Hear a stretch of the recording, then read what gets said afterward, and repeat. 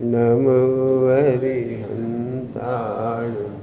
नमो सिद्धाणं नमो आयरिहाणं नमो वज्रायाणं नमो समसापूर्णम्।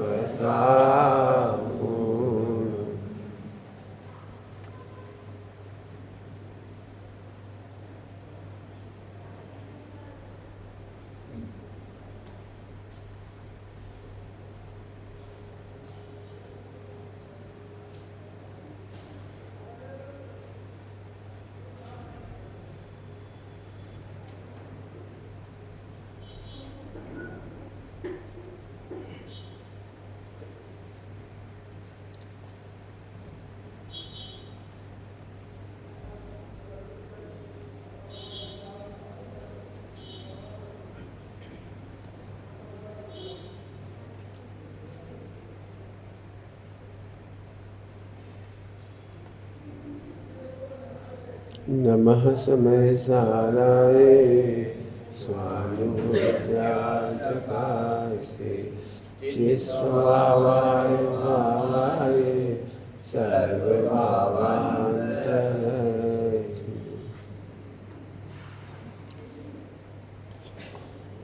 जब तक इंद्रियों का और मन का परिचय है, हमें मोक्ष का सुख समझ में नहीं आता। थोड़ी देर के लिए सोचिए, कहने के लिए तो बहुत कुछ है, लेकिन मैं सोचता हूँ आप मेहनत करेंगे, थोड़े आगे जाओ तो आपको सूरज की दिक्कत नहीं आएगी। थोड़ा वाह।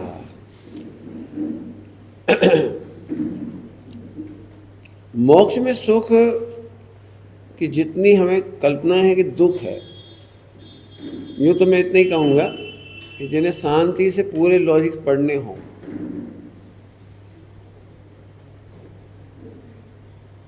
शांति से जिन्हें पूरे लॉजिक पढ़ने हों, वो अप्पा स्वामी की कहानियों में इन्हें पढ़ सकते हैं कि मोक्ष में सुख क्या है, ये पूरे लॉजिक है उसमें। और इस जीव को जानने से ही आठों कर्म क्यों करते हैं, इसकी चर्चा भी एक कहानी में है। अतीन्द्रिय आनंद की नाम की कहानी है। आप यदि उसे पढ़ेंगे तो फुल लॉजिक आपको मालूम पड़ेगी। उतना तो अभी मैं नहीं पढ़ा पाऊँगा, क्योंकि वो अतीन्द्रिय आनंद की कहानी पढ़ाने में मुझे 3 दिन लगे थे। मैंने जब सम्यक शिखर जी में पढ़ाई थी, महाराज साहब वगैरह थे सारे तब, तो वो आप सुन भी सकते हो, पढ़ भी सकते हो। उससे तो मैं अभी नहीं कहूँगा, कुछ चर्चाएं अपन यहाँ पर करेंगे। नंबर 1, सुख क्या है? अज्ञान से उत्पन्न होता है दुख और ज्ञान से होता है सुख। इस लॉजिक से अपन चालू करेंगे। आवाज़ बिल्कुल मत करिए, क्या कह रहा था? चेयर की।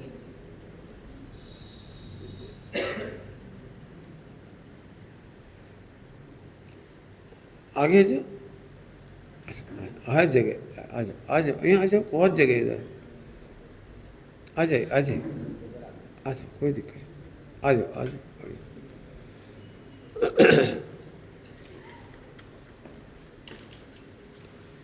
जहाँ जगह वहीं बैठते जाओ, बस कुछ मत करो, जहाँ जगह वहीं बैठ जाओ।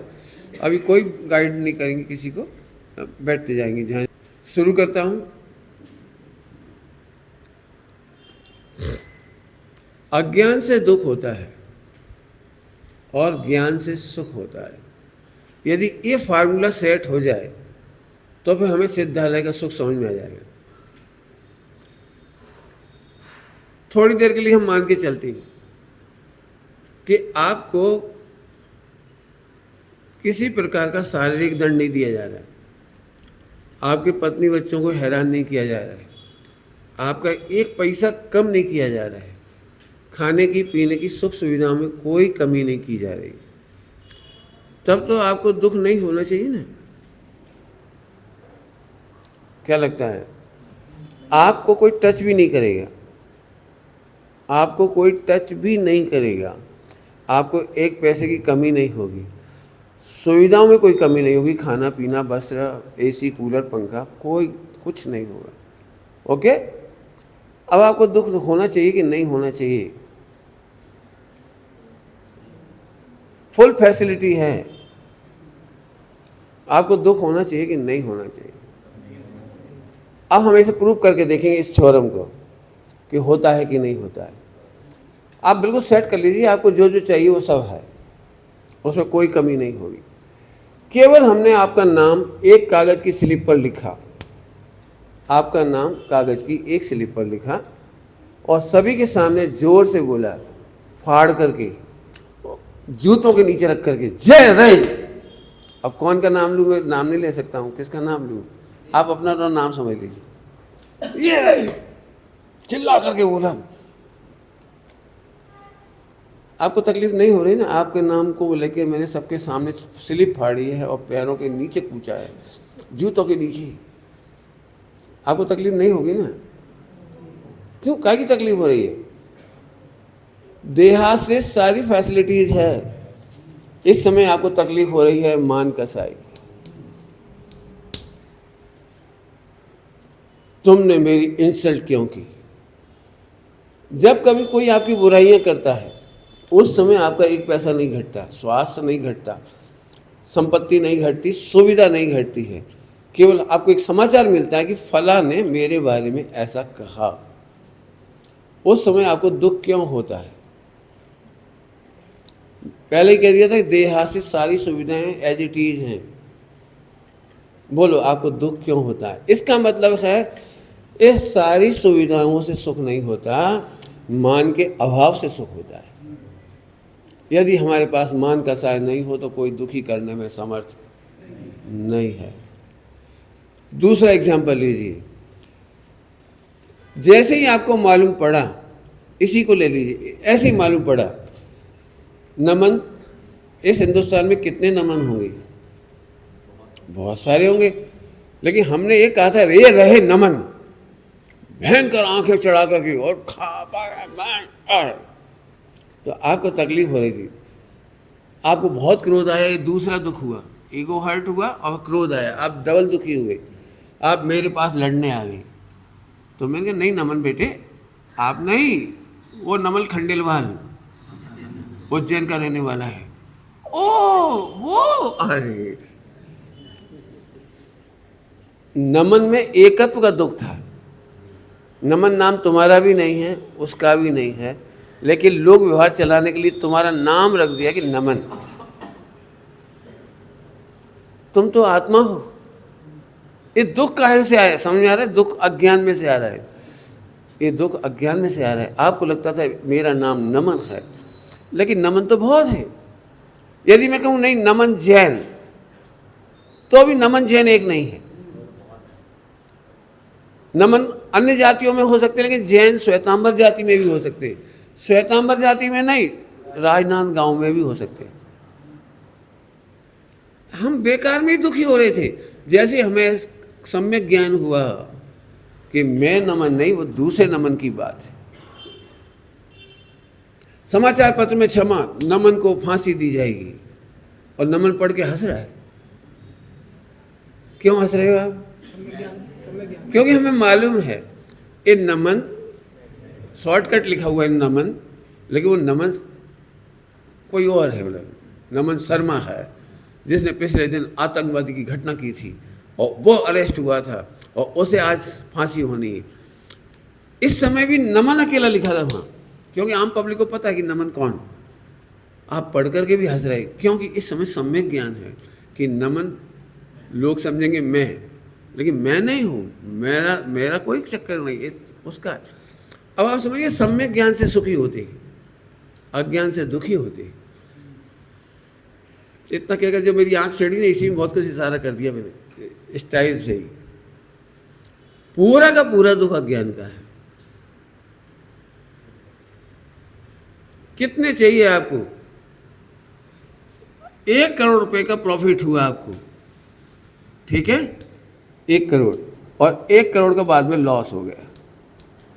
आपको क्या लगता है इन दोनों कंडीशन में यहाँ खुश होंगे और यहाँ दुखी होना चाहिए? यही होगा ना। प्रॉफिट हुआ तो सुखी होंगे और लॉस हो गया तो दुखी होंगे, यही होगा ना 1 करोड़ का। यदि एक गणित सही है तो हम इसे थोड़ा समझने की कोशिश करते हैं सम्यक ज्ञान के द्वारा। तीर्थंकरों का समोसरण लगा, ये उनका पुण्य का उदय था कि पाप का उदय था? अब जब सीमा तीर्थंकरों को मोक्ष जाना है तो आयु निरोध का समय होता है, योग निरोध का समय होता है। उस समय उनका समोषण बिगड़ जाता है, 3 दिन पहले, 2 दिन पहले, जैसा भी उनका समय रहता है निपट जाता है। अभी उनका पूरा समोषण खत्म हो गया है, पूरी प्रॉपर्टी चली गई है, स्वर्ग के 100 इंद्र चली गई, जहाँ जहाँ से आए थे वो सब चली गई। इस समय पे मुनिराज केवली भगवान जंगल में अकेले हैं पावापुरी में। तो अभी मैं पूछता हूँ, समोषण का लगना पुण्य का उदय था और समोषण का विघटन होना, लॉस हो जाना, खत्म हो जाना, ये पाप का उदय है।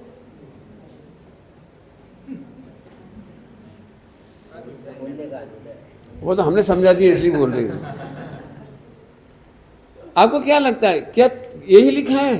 अरे रे, कितनी मुश्किल से तीर्थंकरों ने पुण्य बांधा था, आज बेचारे अकेले हैं, पूरा समोषण चला गया, बोर अकेला छोड़ गई। सही बात है सुख में सब साथी होते हैं, आज अकेले छोड़ गए। ऐसा नहीं लिखा है, लिखा है पुण्य के उदय की सामग्री पुण्य के अनुदय में चली जाती है, पाप के उदय से नहीं जाती। अब अपने में लगाइए, आप आपके घर में जो पुण्य का उदय आया था और फिर वो वस्तु नहीं रही, पैसा नहीं रहा, प्रतिष्ठा नहीं रही, जो है सब, जो आपको प्रॉब्लम है, वो तो उसके अनुदय में गई है, पाप के उदय में नहीं गई है।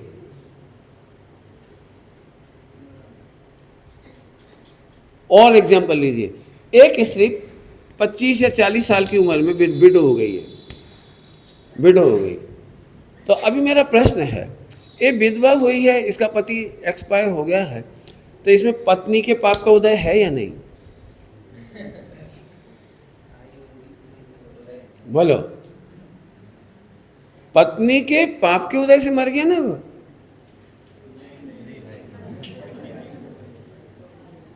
सोचो जरा, सोचो शांति से। तो मैं एक बात पूछ रहा हूं, जब पत्नी का जन्म तक नहीं हुआ था, सपोज वो 5 साल छोटी है और 5 साल बड़ा है, 30 साल का है, 35 साल का है, 40 जितने साल का भी, तो उस समय जब उसका जन्म हुआ था किसी के घर में, तब इसके पुण्य की वजह से जन्मा था वो। उस समय वो कहाँ थी हमें भी नहीं पता, तो क्या उसके पुण्य के उदय से इसका जन्म हुआ है? तो एक बात पूछता हूं, जब इसके पुण्य की वजह से पति का जन्म नहीं हुआ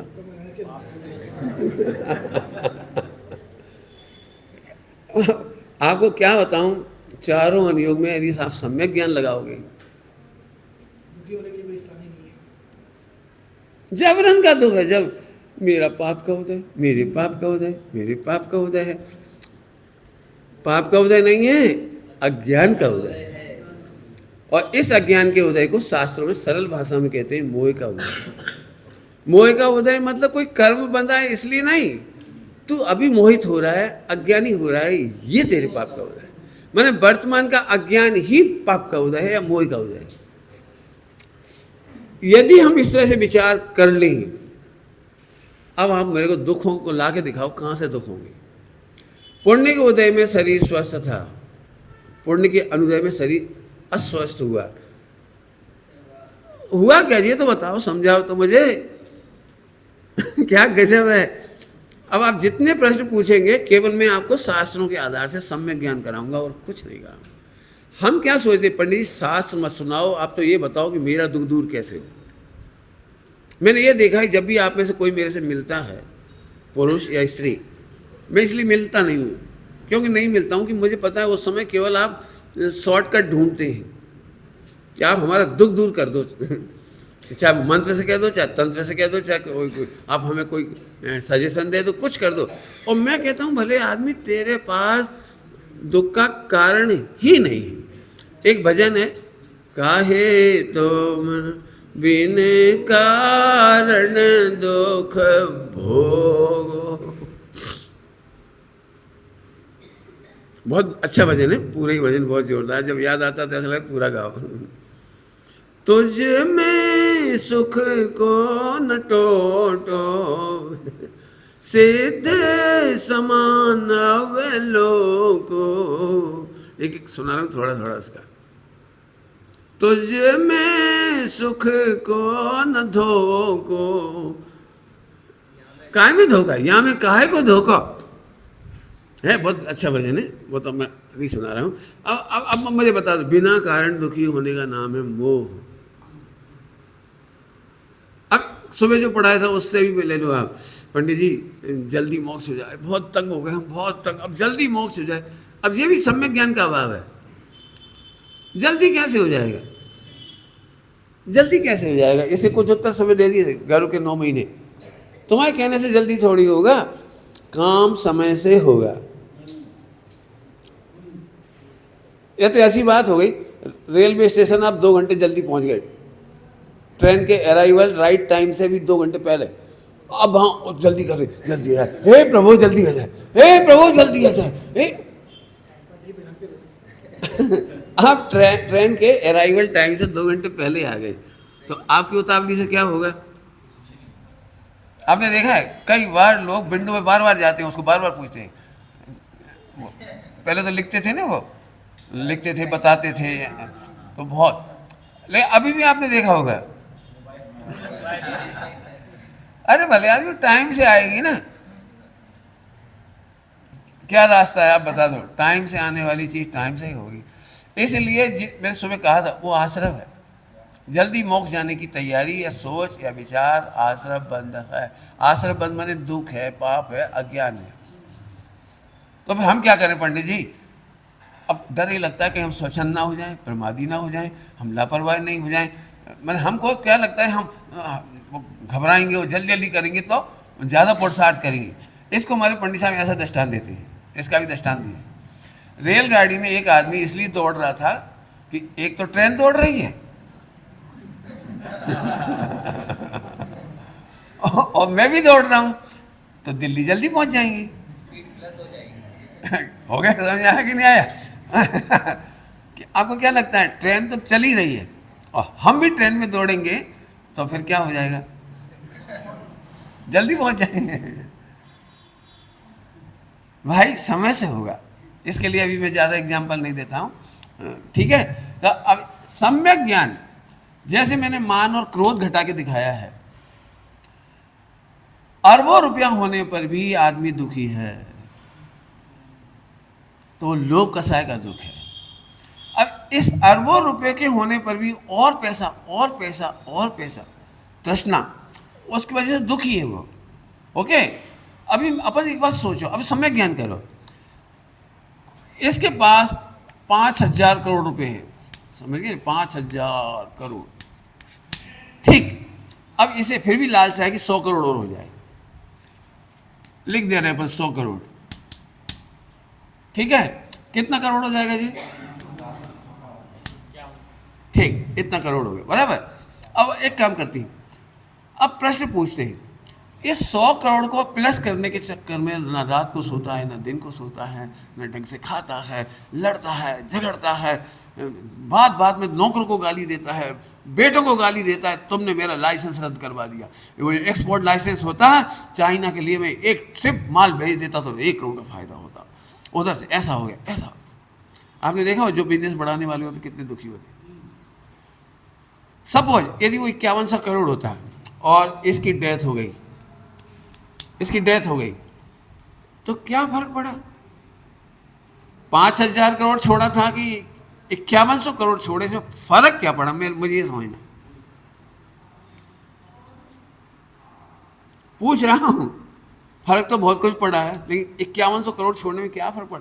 5,000 छोड़ेंगे ना।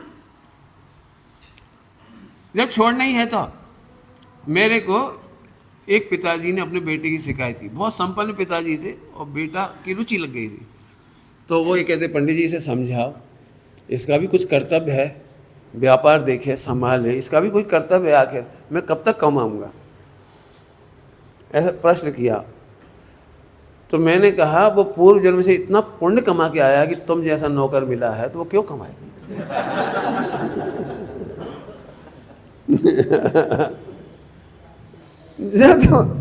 जब बाप दे खाने को कौन जाए?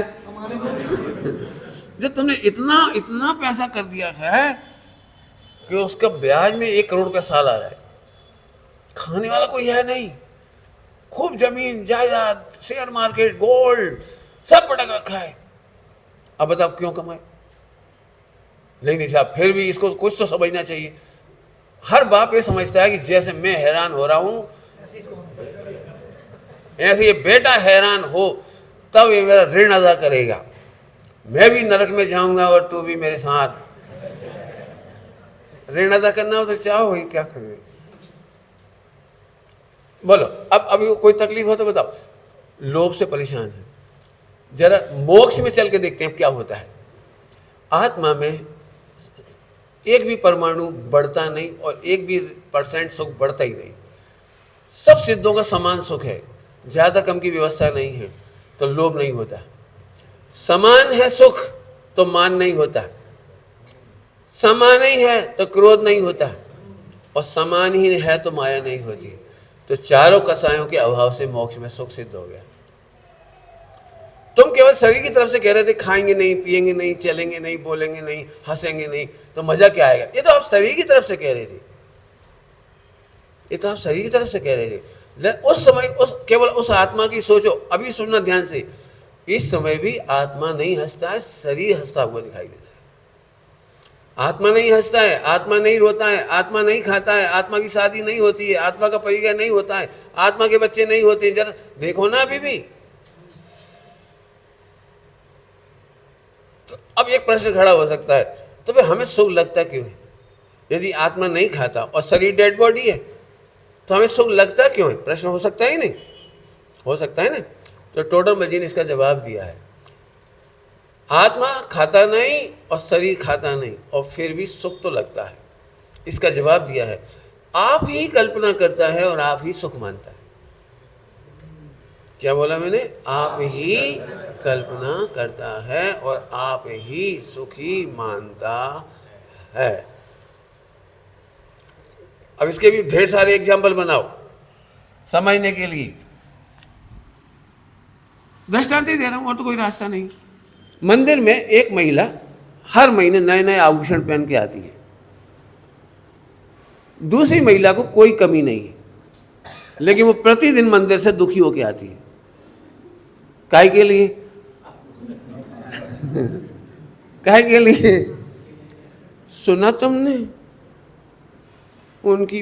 अब थोड़ा इसको और करीब लाएं, पर करीब 4 भाई हैं सगे और चारों न्यारे न्यारे रहते हैं, चारों का बिजनेस न्यारा न्यारा है। उनमें से एक बहू ऐसी है जो हर महीने गोल्ड खरीदती है, हर महीने एक नई साड़ी खरीदती है, मंदिर में आती है पहन करके, तो तीनों देख देख करके फोकट में दुखी होती है। वो आते से तीनों जनी अपने अपने पति के प्राण खाती है। मुझे क्या मिला? तुम्हारे करोड़ों के प्रॉफिट से मुझे क्या? तुम्हारा अरबों का बिजनेस से मुझे क्या? क्यों, क्या हुआ? मैं तो नौकरानी हूं, मुझे क्या? मुझे तो रसोई बनानी है और क्या मिलता है मुझे? ऐसे। अब इसका बहुत दिमाग खराब होता रहता है। तो उसने पूछा, तुम बताओ कि तुम्हें क्या चाहिए? कि अंगूठी, तुम्हारे पास 25 अंगूठी पहले की रखी, वो है, उससे क्या? वो नहीं पहनती है तो मुझे भी नहीं चाहिए।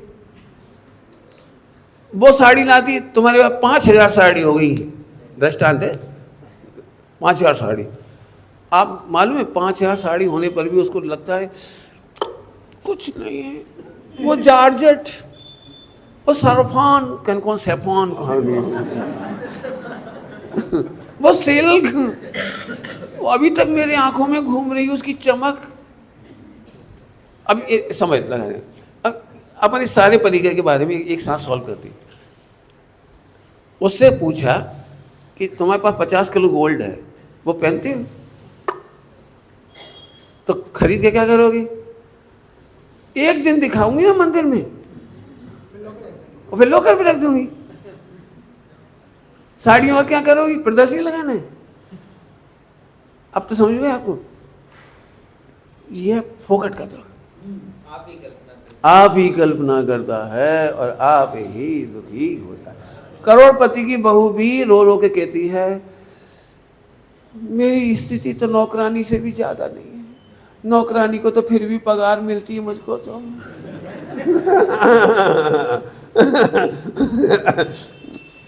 बर्तन वाली तो आधा घंटा में चली जाती है, मैं तो 24 घंटे खटती हूँ। बर्तन वाली को तो फिर भी तारीफ करना पड़ती तो आती है, मेरी तो कोई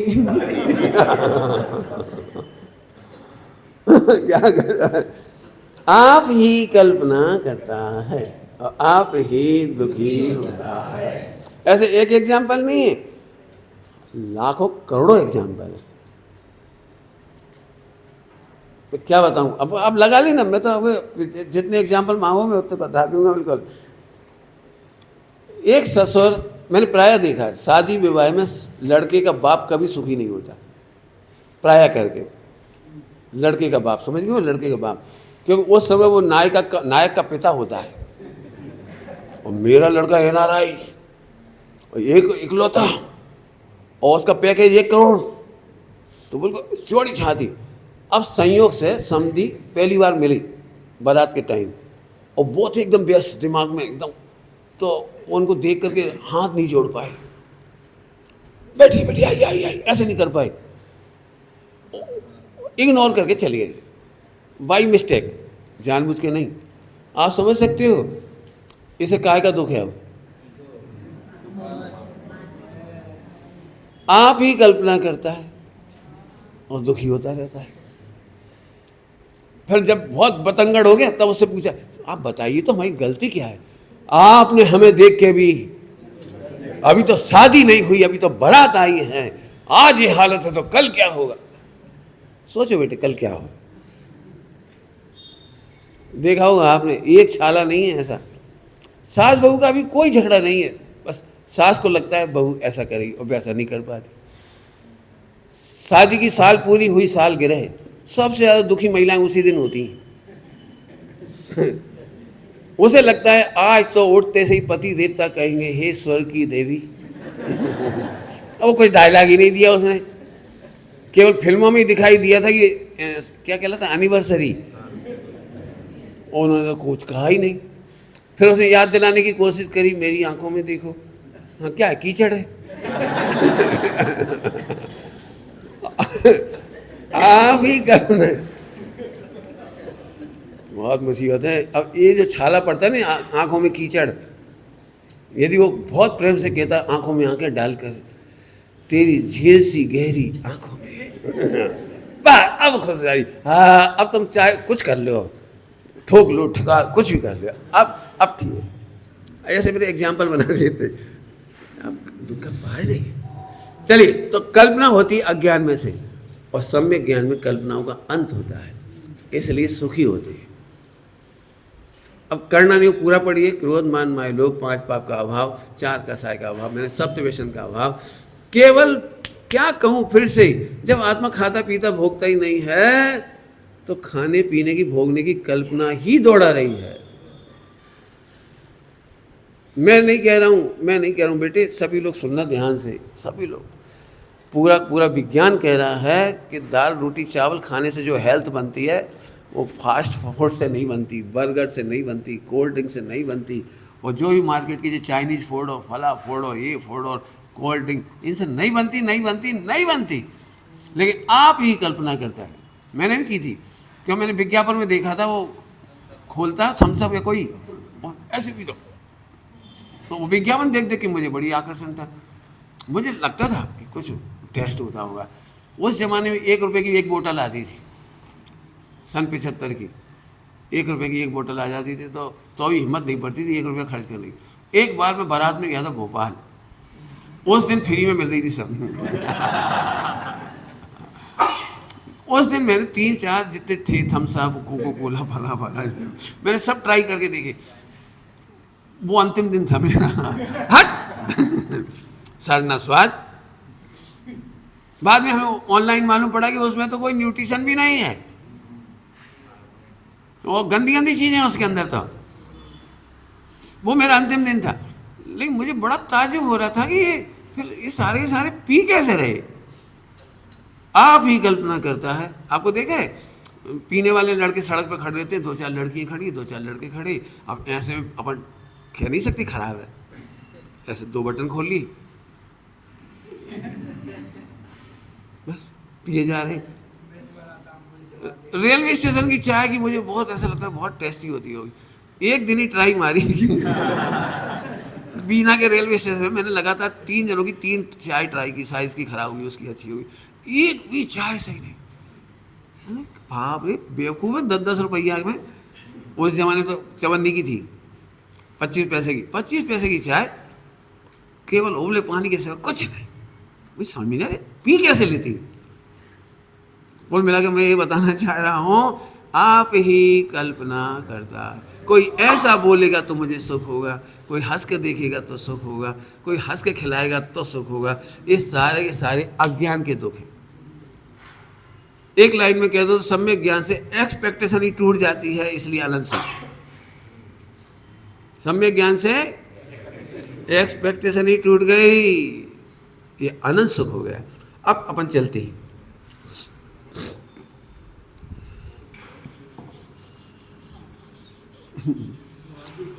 भाई थ्योरम तो सॉल्व करें, अब थ्योरम सॉल्व कर दे। मैं सीधे सीधे नहीं कह रहा हूँ मोक्ष में अनंत सुख है, देखो फला गाथा में, फला ग्रंथ में, सज्जाय माला में, फला में, मैं ये नहीं कह रहा हूँ, मैं तो प्रूव करके बता रहा हूँ। आप बताइए आपको कहाँ लगता है। अब हम चलेंगे समझ का नाम सुख। ज्ञान के स्थान पे अब हमने समझ कर दिया। एग्जाम्पल देके समझाऊंगा। यदि मैं अभी आप में से किसी को खड़ा करके कोई प्रश्न पूछूं, छोटा सा प्रश्न, बिल्कुल छोटा सा, यदि आपको उसका उत्तर नहीं आता होगा तो आप प्रसन्न होंगे कि दुखी होंगे। सपोज जैसे मैंने प्रश्न पूछा और आपको आंसर आता है तो आपका चेहरा खिलेगा या दुखी होगा? एकदम खिल जाएगा। मान लो इस बच्चे को आंसर आता होगा, एकदम ओके ना। इसका मतलब है कि जब तक प्रश्न का समाधान नहीं मालूम, समस्या का समाधान नहीं मालूम, तब तक दुख है। समस्या का समाधान यदि है तो समस्या की तकलीफ कभी नहीं होती। लोग कहते हैं समस्या बड़ी कठिन है, मैं कहता हूँ समस्या बड़ी कठिन नहीं है, समाधान नहीं मिलना ये कठिनाई बना कारण बन रहा है। आप बता दो कितने एग्जाम्पल अब इसके लिए मैं दूँ, आप बनाओ नहीं तो। अभी कोई व्यक्ति मेरे पे आरोप लगाया कि पंडित जी ने मेरे 100 करोड़ रुपए की जेब अब भी काटी। अब भी मैं 100 करोड़ लेके आया था, पंडित साहब यहाँ से कहीं गए नहीं हैं, इन्होंने मेरी 100 करोड़ रुपए की जेब काटी है। तो मैं कितना टेंशन करूँगा बोलो, क्योंकि आप ही बोल रहे मैं कहीं गया नहीं हूँ, यहीं सबके बीच में खड़ा हूँ और 100 करोड़ की जेब काटी है। इसका मतलब वो 100 करोड़ मेरी पॉकेट में होने चाहिए। आप खूब चिल्ला रहे हो, भीड़ लगा ली आपने, भीड़ लगा ली, भीड़ लग गई। मैं बिल्कुल शांत खड़ा हूँ। सारी दुनिया को लग रहा है इतना बड़ा आरोप लगने पर भी सुमत प्रकाश जी शांत कैसे खड़े? जब इन पे चोरी का आरोप लग रहा है, जेब काटने का आरोप लग रहा है, तो शांत कैसे? तो कई लोगों को ऐसा लग रहा है शांति बता रही है कि कहीं ना कहीं दाल में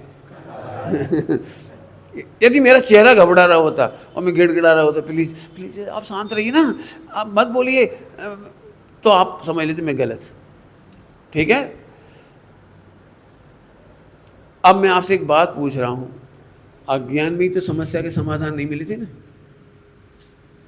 यदि सम्यक ज्ञान में सारे समाधान एक साथ हैं तो उसका नाम अनंत सुख क्यों नहीं होगा? क्या बोल रहा हूँ, समझ में आ रहा है कुछ? सम्यक ज्ञान में, केवल ज्ञान में अनंत, जितनी तुम्हारी समस्याएं अनंत और सबके समाधान है, तो सुख अनंत होगा कि नहीं होगा? क्यों नहीं होगा? जो प्रॉब्लम का समाधान नहीं समझ में आता तब तक दुख होता है। यदि समाधान मिल जाए तो बोलो समस्या का दुख है या समाधान के अभाव का दुख है? इसका मतलब ये निकला ना कि सच्ची समझ होते ही हमें कोई दुख शेष नहीं रहता। अब मैं आपसे पूछना चाहता हूँ, बोलो भाई, समझ से रहित माने समाधान का सम्यक ज्ञान से रहित इस विश्व में कौन कौन रहना चाहता है? 4 गति में 84 लाख योनियों में, जहाँ समस्याएं तो हैं लेकिन समाधान नहीं है, समझ नहीं है, बताने वाला नहीं है, बचाने वाला नहीं है। आप में से कौन कौन व्यक्ति 4 गति 84 लाख योनियों में घूमना पसंद करेगा? अब फिर वापस आ जाइए मोक्ष में, वहाँ कोई प्रॉब्लम ही नहीं है, तो ये सुख है कि नहीं? इसी बात को समझाने के लिए और एग्जाम्पल देता हूँ। मैं तो एग्जाम्पल ही दे सकता हूँ और तो क्या कहूँ। यहाँ पर 2 लोग बैठे हुए, यहीं पर दो लोग बैठे हैं, एक के घर में इनकम टैक्स की रेड पड़ गई और एक के घर में रेड नहीं पड़ी। दोनों बैठे प्रवचन सुन रहे हैं, मैसेज आया आपके यहाँ रेड पड़ गई, तो वो व्यक्ति कितना दुखी होगा आप समझ लीजिए, कितना दुखी होगा, एकदम प्रवचन नहीं सुन पाएगा, उठ करके जाएगा और एनी हाउ घर पहुँचेगा आदि आदि। फिर उस व्यक्ति ने 10 लाख रुपए दे करके सेटिंग कर ली, सेटिंग हुई 10 लाख रुपए में और बड़ा खुश हुआ, थैंक्स गॉड। कौन को बोल रहा है? बहुत रिलैक्स फील कर रहा हूँ, बहुत आनंद आ रहा है, आज वो हमारी पहचान निकल आई और हमने 10 लाख में सेट कर दिया, मज़ा आ गया, सही में बहुत गजब का पुण्य का उदय है। अभी मैं एक बात पूछ रहा हूँ, एक व्यक्ति जो दूसरे न रेट पड़ी और न 10 लाख देने पड़े, शांति से बैठा है, आपको इसमें से सुखी कौन दिख रहा है? अब हमको लग ही नहीं रहा है सुख से बैठे। जिनके घर में समस्याएं नहीं है वे सुखी हैं, हमें समझ में ही नहीं आता। हमें तब समझ में आता है, पहले थप्पड़ पड़ता है, फिर वो जलन मिटती है, वो कुछ दवाई लगा के आयोडेक्स मलिए, काम पे चलिए। लेकिन जिनका एक्सीडेंट ही नहीं हुआ, जिन्हें कष्ट ही नहीं हुआ, पुण्य का उदय, सुख, पुण्य तो नहीं कहना, सुख कहना चाह रहा हूँ। अब आप बताइए, एक व्यक्ति, दृष्टांत सरल है, एक व्यक्ति बीमार ही नहीं हुआ तो दवाई नहीं खा रहा है, और एक व्यक्ति बीमार हुआ है और फ्री की दवाई खा रहा है, सुखी कौन है?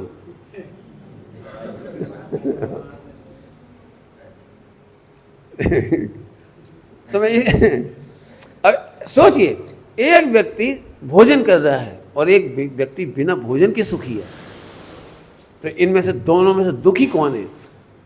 रोज भोजन करने वाला, मन वांछित भोजन करने वाला, या कभी भोजन नहीं करने की जरूरत ही नहीं पड़ रही है वो? तो अब सिद्ध भगवान सुखी सिद्ध हो रहे हैं, अनंत काल तक भोजन की जरूरत ही नहीं है।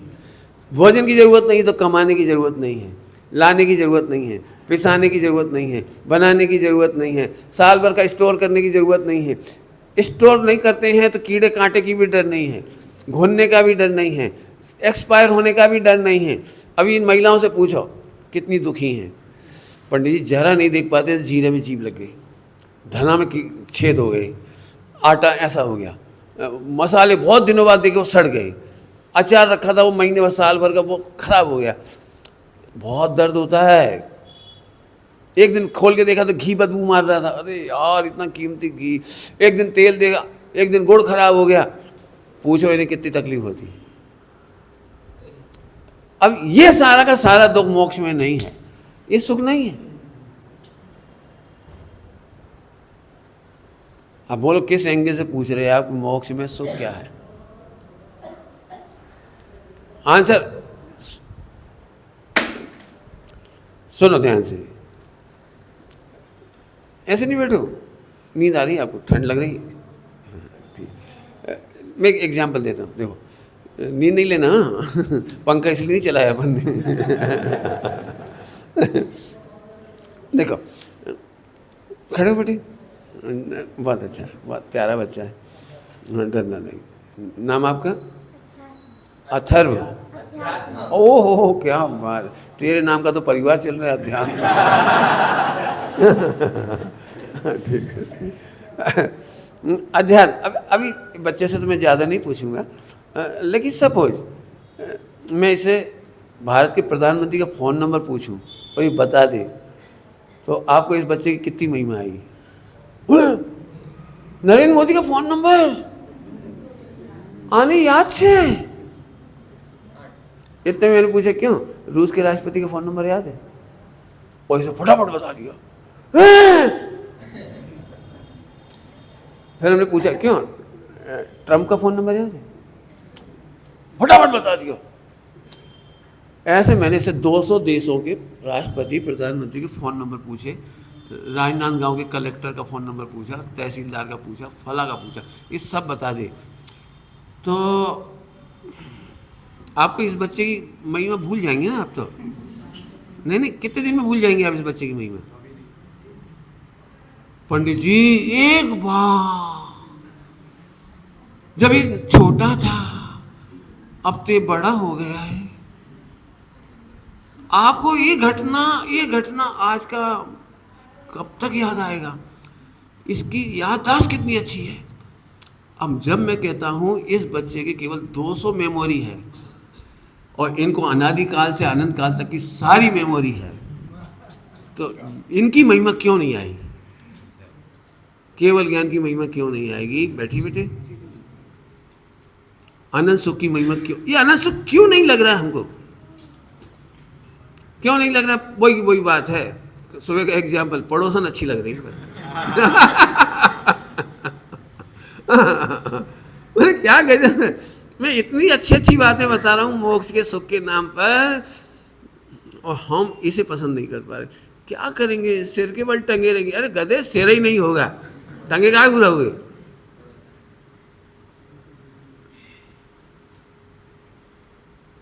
आत्मा, अब दृष्टांत दे, फिर वही दृष्टांत दे, और क्या करो?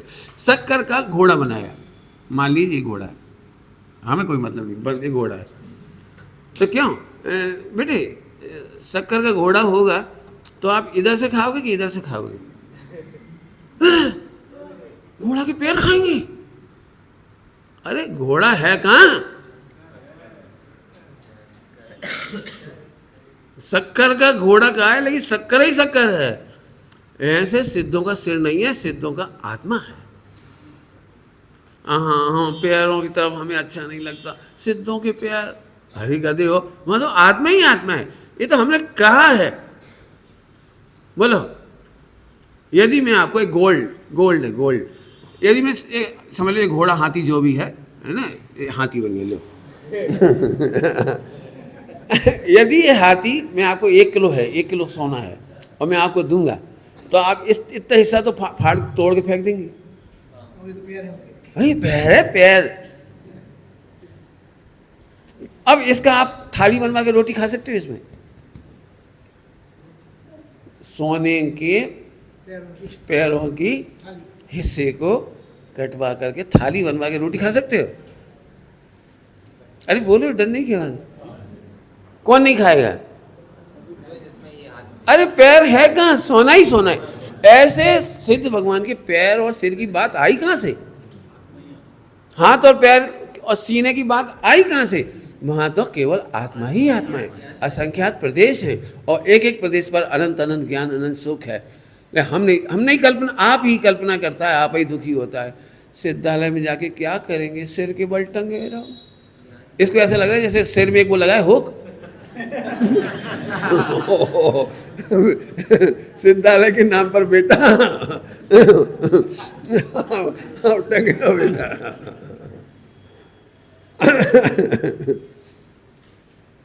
मैंने आप पूछोगे जितने, मैं तो अपनी तरफ से बता रहा हूँ, आप क्या कहूँ, मैं अपनी तरफ से ही बता रहा हूँ। आप बताइए इसमें मोक्ष में दुख क्या होता है, और मैं सिद्ध कर रहा हूँ मोक्ष में सुख क्या है। बाकी मैंने सुबह खूब बताया है। अब यदि आप ये पूछो कि पंडित जी बहुत टफ है मोक्ष जाना, ये कह सकते हैं आप, मोक्ष जाना बहुत टफ है। टफ लगता है शरीर की ओर से देखने पर। विश्व में मोक्ष जाने से सरल काम दूसरा नहीं।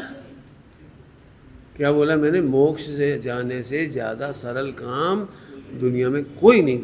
रोटी बनाने के लिए गैस लाओ, चूल्हा लाओ, बेलन लाओ, पटा लाओ, पानी लाओ, हाँ कितने आइटम लाने पड़ेंगे तब रोटी बनती है। एक रोटी बनाने के लिए इतनी मेहनत करनी पड़ती है। और केवल ज्ञान पाने के लिए कुछ नहीं करना है, कोई आइटम नहीं लाना है, कुछ नहीं करना है, कुछ नहीं करना है। मैं जानता हूँ आपके दिमाग में घुसाना बड़ा कठिन हो रहा होगा। कुछ करना कहूँ तो आपको लगता है हाँ पंडित जी आप बता दीजिए, 5 साल तक अष्टमी चतुर्दशी के एकादशी तो ठीक है। मैं कह रहा हूँ 5 साल जिंदा नहीं रहे तो क्या होगा? मैं कहूँ 1 रुपया दान करो, केवल 1 रुपया, और मोक्ष।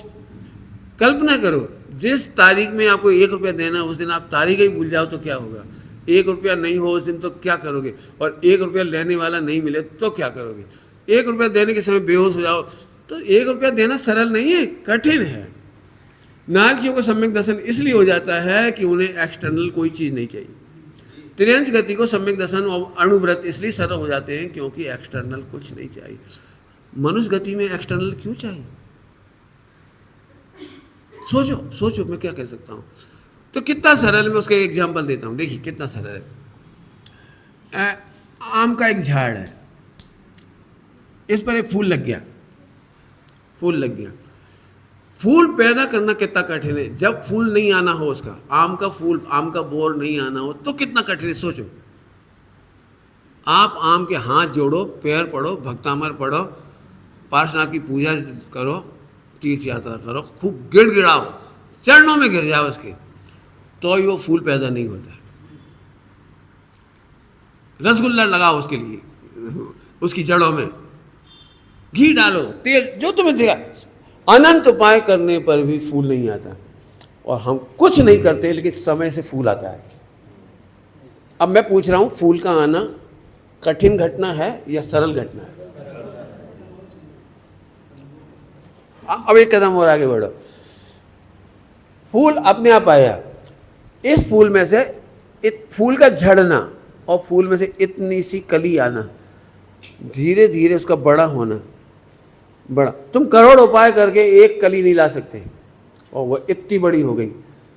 उसका हरापन तुम दूर करना चाहो तो नहीं होता है और अपने आप दूर होता है। कच्चा आम पक्का होता है, अपने आप होता है, तुम्हारे करने से नहीं होता है। खट्टा आम मीठा होता है, तुम्हारे करने से नहीं होता है, अपने आप होता है। अब ये घटना प्रकृति में सरल है, सरलतम है या कठिन है? एक बात नहीं कह रहा हूँ आम अकेले का, केरी का, इसके नींबू का, मिर्ची का, बताओ दुनिया के कितने प्रोडक्शन हैं, टाइम से अपने आप होते हैं या करने पड़ती हैं? जब पूरे देश की फसलें अपने आप समय से होती हैं, हर ऋतु का फल अपने समय से आता है, तो कठिन हुआ कि सरल हुआ? अब जब पूरी प्रकृति में यह काम अपने आप हो सकता है तो मेरे में से सम्यक दर्शन ज्ञान चाहिए, तो अपने आप क्यों नहीं हो सकता?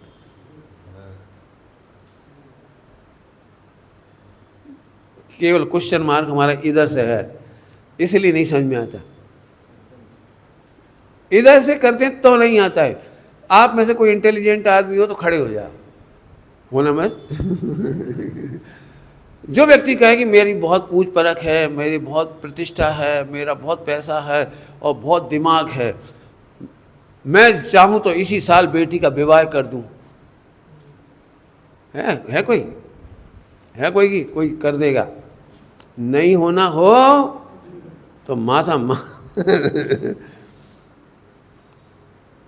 मैंने तो ये देखा, बहुत घटनाएं देखी होंगी आपने। एक लड़का लड़की की बात चली, बीच में ब्रेक हो गई, नहीं कर सकते, दोनों एक दूसरे से नफरत कर रहे, इसके यहाँ नहीं करेंगे, वो कह रहे इसके यहाँ नहीं करेंगे, बिल्कुल नफरत में बदल गई कहानी पूरी। वे भी 2-4 साल भटकते रहे, 2-4 साल ये भी भटकते रहे, लौट के बुद्धू, सही घटना सुना रहा हूँ मैं आपको। और आखिरकार फिर उन्होंने दोनों ने बातचीत शुरू की और वहीं पक्की हो गई। अब बताओ, यदि उसी लड़के से इस लड़की की शादी उसी समय होना होती तो सारे निमित्त मिल जाते, लेकिन नहीं होना थी ना, और अब होना थी तो नाना नाना नाना करते करते भी हो गए। कितने एग्जाम्पल है तुम्हारी, बताओ जितने तुम कहो। अब मैं आपसे पूछ रहा हूँ, मोक्ष में सुख की सिद्धि, फिर भी एक दिन मैंने समझाया है, आपको याद होगा, मेंढक मर करके स्वर्ग गया, एक ज्ञान कहाँ से बढ़ा, और सेठ मर करके मेंढक में गया तो ज्ञान कहाँ से घटा? लॉजिक है अपने पास, बिल्कुल सीधा सीधा। हमारे घर में 4 बच्चे हैं, चारों को बच्चों को पापा तो एक ही जैसा सजेशन करते हैं, मॉरलिटी का कहिए, कमाने का कहिए, खाने का कहिए, हेल्थ का कहिए। इसके बावजूद भी चारों बच्चे अपने स्वयं के आइडिया से बड़े होते हैं, अपने आइडिया से डॉक्टर इंजीनियर बन जाते हैं, अपने आइडिया से हेल्थ मेंटेन करते हैं। ऐसा क्यों? चारों बच्चों को एक सी परवरिश मिल रही तो एक से डेवलप होना चाहिए ना। इसका क्या उत्तर है बता दो? एक काम करो, आप कुछ नहीं करेंगे तो भी बच्चे वेल डेवलप होंगे। अब इसका भरोसा करना कर्तव्य वालों को तो बड़ा कठिन है। यदि मैं कहूँ बहू को सुधारना मत, बहुत अच्छी बहू मिलेगी आपको, मेरे ख्याल से इस बात को कोई नहीं है। ऐसे कैसे सर पे चढ़ जाएगी? यदि डांटेंगे नहीं तो, मारेंगे नहीं तो सर पे चढ़ जाएगी। हम तो रोज टोक टोके से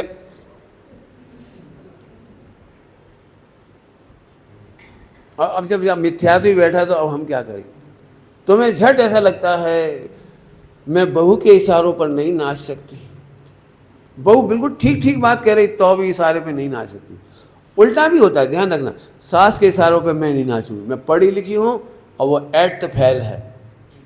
हो सकता है, मतलब आजकल तो मुश्किल है पुराने जमाने की बात है, एट द फेल भी हो सकती है। मैं हाई टेक हूँ, नहीं मानूंगी। आज भी बहुत सारी बहुएं नहीं मानती। मेरा मतलब है कि वो मानने की योग्यता नहीं हो तो कोई मना नहीं सकता, और मानने का समय आता है तो कोई भटका नहीं सकता। अभी इतनी जल्दी मैं नहीं समझा पाऊँगा, ग्रंथों के एग्जाम्पल देख लीजिए और आप दुनिया में जाके देख लीजिए। भटकाने वाले भटकाते रहेंगे और आप कहोगे कि समझ गए ये भड़का रहा है। आपको लग रहा है ये भड़का रहा है, फालतू बातें कर रहा है। देखा कभी आपने कोई नमक मिर्ची लगा रहा हो, बुराइयां कर रहा हो, तो आपका मन उसी समय उसे छड़क जाता है। अरे यार जब देखो जब तो जिसकी बुराई की थी वो बुराई नहीं लगती हमको, वो आदमी बुरा लगने लगता है। और कई बार भैया हम तो किसी के बारे में कुछ नहीं कह रहे, नहीं बोलो बोलो बोलो, वो कुछ नहीं कह रहा, कुछ नहीं बोला उसने, और फिर भी जिसके बारे में हमें बुरा लगना होता है हमें लग ही जाता है। अब बोलो कितने एग्जाम्पल चाहिए। अब कोई प्रश्न हो तो पूछ लो। हमारी घड़ी में 4 बज गई। मोक्ष का सुख, अब आप बताओ मोक्ष का दुख कहाँ से है। आपको अभी भी प्रमेय सॉल्व करनी पड़ेगी, ये थ्योरम सॉल्व करनी पड़ेगी। आपको क्यों इस शरीर में सुख लगता है, स्त्री पुत्र मकान दुकान वैभव अनुकूलता में सुख क्यों लगता है, ये क्वेश्चन मार्क आपको सॉल्व करना है।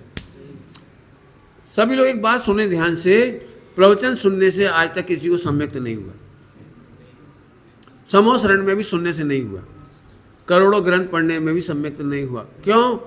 क्योंकि पढ़ने के बाद अपनी अपनी प्रॉब्लम को थ्योरम की तरह प्रूव करना पड़ेगा। सभी सुन लो, बिल्कुल बहुत खोल के कह रहा हूँ सभी से। मैं आप ये समझ लीजिए कि मेरी थ्योरम रोज चलती है, अभी भी चल रही, और छठे गुणस्थान तक खुलेआम चलेगी। छठे गुणस्थान तक ये प्रसंग बनेंगे, कोई बुराई कोई भलाई, कोई अच्छा कोई बुरा, कोई पुण्य का उदय कोई पाप का उदय। वो सॉल्व नहीं करोगे तो आपने देखा होगा हम मंदिर में सुनते समय बड़े अच्छे लगते हैं, पढ़ते समय भी हमको बहुत अच्छा लगता है, पूजा पाठ में हम बहुत अच्छे लगते हैं, लेकिन हमारा दुख नहीं हल्का होता। जरा सी बात पर हम भड़क जाते हैं, जरा से खाने के लिए लड़ सकते हैं, जरा से व्यापार के लिए किसी से बिल्कुल दुश्मनी ले सकते हैं, कुछ भी हो सकता है। अब आप समझ गए थ्योरम आपको सॉल्व करनी है। इंद्रियों में सुख या मोक्ष में सुख, ये थ्योरम यदि आप सॉल्व करोगे तो सिद्धालय में मिलना। क्या बता दीजिए, इतना ये लॉजिक आपको ही लगाने सारे हमारा तो आंसर शीट मिलनी चाहिए। मैं बिल्कुल आपसे नहीं कह रहा हूँ कि मैं आपको नरक में मिलूँगा, मैं तुम्हें नरक में नहीं देखना चाहता। मैं तो अपनी थ्योरम सॉल्व कर रहा हूँ, मेरी मेहनत ही मैं आपको बता रहा हूँ। दृष्टांत देने का मुझे शौक नहीं है। यदि मुझे केवल थ्योरम वो पढ़ानी होती ना तो मैं अभी तक ग्रंथों के हजारों हवाले देता कि ये लिखा ये लिखा ये लिखा, ये संस्कृत है प्राकृत है फला, ये मैं वो नहीं बता रहा हूँ। मैं केवल आपको थ्योरम सॉल्व करने का तरीका बता रहा हूँ। अभी काम बाकी है, ये समझ लो सभी लोग, काम बाकी है, और ये काम बड़ा है भाई, कुछ बड़ा नहीं है। क्यों? क्योंकि हमारी मेंटलिटी है how to do and how to change, how to think. ये हमारी 3 प्रॉब्लम है, हमारी प्रॉब्लम है। और अब इस थ्योरम को प्रूव करते करते यहाँ तक आ जाओ, nothing to do, nothing to change, only enjoy. क्या बोल रहा हूँ? Nothing to change, nothing to think, think भी जो चल रहा है चलने दो, ओनली एंजॉय। अब ओनली एंजॉय तक आपका थ्योरम आनी चाहिए। जब आ जाएगा आपको आनंद होगा, जितना आएगा उतना आनंद हो जाएगा। कोई प्रश्न हो अभी भी पूछ लीजिए। मेरी तरफ से चर्चा पूरी हुई। नव तत्व का जो शिविर आपने लगाया और नव तत्व का मेरा मुझे बहुत संतोष हुआ कि नव तत्व की मैं वो पढ़ाई नहीं पढ़ाई जो समय साजी और अन्य ग्रंथों में तर्क से दी गई है। मैं खुद स्पष्ट कह रहा हूँ, मैंने 9 तत्व का चारों अनुयोग से सुमेल बिठा करके जिस तरह से मैंने सॉल्व किया है वो समझाया है। इसमें आचार्य कुनकुन स्वामी का उपकार नहीं है ये मैं नहीं कहूँगा, केवल आपको प्रैक्टिकल दवाइयाँ बना के दी है, मूल थ्योरम वही है। हमारे सारे ग्रंथ, हमारे चारों अनुयोग पे मूल थ्योरम है। मैंने आपको कर्णानुयोग का भी समझाया, प्रथमानुयोग के एग्जाम्पल दिए हैं, मैंने थ्योरम प्रूव करी। हाँ बोलिए, बोलो प्रभु। हाँ हाँ हाँ हाँ हाँ, ये प्रश्न सैद्धांतिक नहीं है, ये प्रथमानुयोग का प्रश्न है और प्रथमानुयोग की एक पूरी थ्योरी है। बैठ जाइए, बहुत अच्छा आपने पूछा। प्रथमानुयोग की एक थ्योरी है, वो समझ लीजिए सभी लोग। प्रथमानुयोग नाम ही प्रथम, श्वेतांबर में इसको कथानुयोग कहती है। कथाएं बच्चों के लिए होती, सबसे छोटे बच्चे के लिए जो ज़्यादा नहीं समझता, खासतौर से टेक्निकल नहीं समझता, तो उसको प्रमोट करने के लिए होती है। शास्त्रों में बहुत सारी कथाएं हैं, तो उनका उद्देश्य होता है, जैसे मान चलिए मैं एक डॉक्टर की तारीफ कर रहा हूँ, देखो रिक्शा वाला का लड़का डॉक्टर बन गया, तो कोई रिक्शा वाले का हर लड़का डॉक्टर नहीं बनता। लेकिन अभी हम पूछेंगे कि वो रिक्शा वाले का लड़का डॉक्टर बना तो बना कैसे, ओके?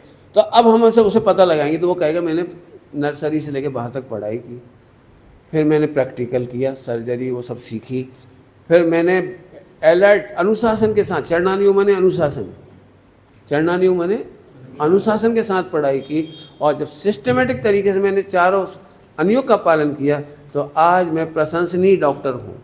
प्रशंसा होना प्रथमानुयोग है। रिजल्ट का जो ग्राफ है वो कर्णानुयोग है, जिस सब्जेक्ट में जैसी मेहनत की वैसा रिजल्ट आया, ये कर्णानुयोग मान रिजल्ट है। द्रव्यानुयोग मान लें उसे वस्तु का स्वरूप, युद्ध जो क्या कहलाता है, शरीर का पूरा विज्ञान, एनाटॉमी वगैरह, वो उसे सीखी है, प्रॉपर सीखी है, ऐसे नहीं सीख गए। तो लिखा जाता है शॉर्ट, लेकिन उसकी प्रोसेस पूरी होती है। बहुत बढ़िया, पूछ रहे हैं, बोलो बोलो, पढ़ के सुनाओ।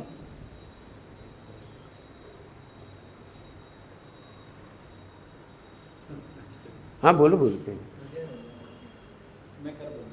तुम कर दो। हाँ आपका काम है, ठीक। अब मेरा काम पूरा हुआ, मोक्ष महल में मिलेंगे। ओम नमः शिवाय।